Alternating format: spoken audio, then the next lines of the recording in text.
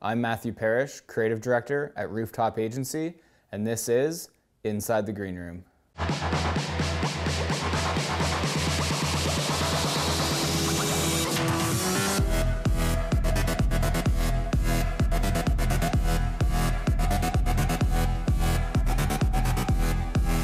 I think the big difference between the Heineken Green Room shows and some of the other shows that we see other brands producing or sponsoring is that we really tried to bring it to a local level where we worked with artists who are known, respected, peers of that neighborhood or of that city, and try to do something that was very unique and custom and had them involved in the whole process. When Heineken approached me to do some headphones for them, the conversation went kind of like, you know, we like what you do, what would it look like translated onto headphones? Heineken matched up with where we were trying to go with our company. It made sense to come on board.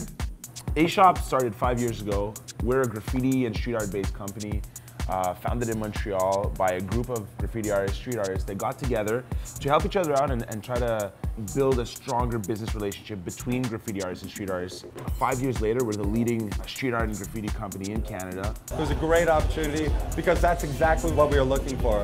You know, dance music, it's an instant market, it's a great opportunity, and it's so much fun to play to. The Heineken Green Room project is really bringing these artists the opportunity to collaborate and work closely with some of Canada's and the world's largest DJs and producers. A good example is, you know, Justin Broadbent working with our headphones. It's really his vision. It was something that we really wanted him to be a part of. When collaborating with a brand on a project, there's obviously some differences than just working on something that's for myself or for, you know, something a little less in the corporate world. At the end of the day, for me, it's always the same thing. It's kind of like there's a problem, and how do you solve that problem? And, you know, just making sure that you're doing the best thing you can and that, you know, all sides are being respected.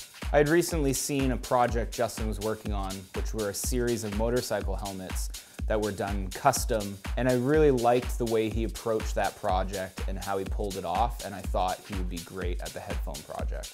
My favorite element of the final product is probably the sort of like small details. I like that I'm able to take a paint marker and draw really tiny words and sort of secret messages and, you know, funny, quirky drawings throughout the whole thing. You know, as you start to look around them, you find little fun moments and stuff. Out of all the unique activations we did in the Green Room series, I'd have to say my favorite were the A'shop graffiti crew in Montreal. It was such a unique branding opportunity, art installation, working with the New City Gas's pre-existing shipping containers and adding a fresh twist on that with their artwork, how they interacted with the fans who were in line.